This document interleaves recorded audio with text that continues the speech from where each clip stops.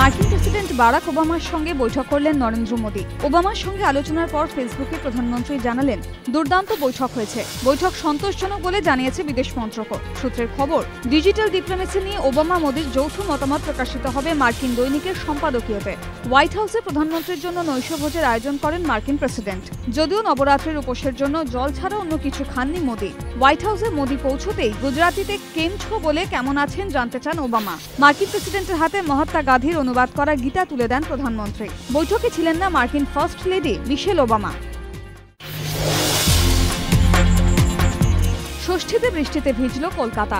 সকাল থেকেই শহর জুড়ে বিক্ষিপ্ত বৃষ্টি। আলিপুর আবহাওয়া দফতর জানিয়েছে, কয়েকদিনের গরমের ফলে সৃষ্টি হওয়া বজ্রগর্ভ মেঘের জেরে এই বৃষ্টিপাত। তবে পুজোর বাকি দিনগুলিতে ভারী বৃষ্টির সম্ভাবনা নেই বলে পূর্বাভাস আবহাওয়া দফতরের। যুবভারতীতে অ্যাথলেটিকোর অনুশীলন এই প্রথমবার। সোমবার বিকেলে যুবভারতীতে অনুশীলনে নেমে পড়লেন লুই গার্সিয়ারা। ইন্ডিয়ান সুপার লিগের অধিকাংশ খেলা হবে ফ্লাড লাইটে, তাই প্রথম থেকে ফ্লাড লাইটেই প্রস্তুতি শুরু।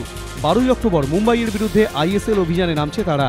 তার আগে কোচ অ্যান্তোনিও লোপেজ হাভাসের চিন্তা যুবভারতীর আর্টিফিশিয়াল টার্ফ নিয়ে।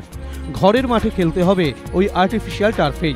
ইউরোপ ও লাতিন আমেরিকার যে ফুটবলারেরা অ্যাটলেটিকোতে রয়েছেন তাদের বেশিরভাগই যুবভারতীর মানের টার্ফে খেলতে অভ্যস্ত নন, আর সেটাই হাভাসের চিন্তা বাড়াচ্ছে। আইএসএল এর আগে প্রস্তুতির জন্য 2 সপ্তাহ সময় পাচ্ছে দল, পাশাপাশি রয়েছে প্রস্তুতি ম্যাচও। কলকাতার নাইজেরীয় ফুটবলারদের নিয়ে গড়া একটি দলের বিরুদ্ধে প্রথম প্রস্তুতি ম্যাচটি খেলবে টিম কলকাতা। দলের প্রস্তুতিতে কোনো ঘাটতি রাখতে চান না Atletico coach. World heart day উপলক্ষে এদিন সকালে হাসপাতালের কর্মী ও রোগীদের সঙ্গে বেশ কিছুক্ষণ সময় কাটালেন অ্যাটলেটিকোর ফুটবলাররা।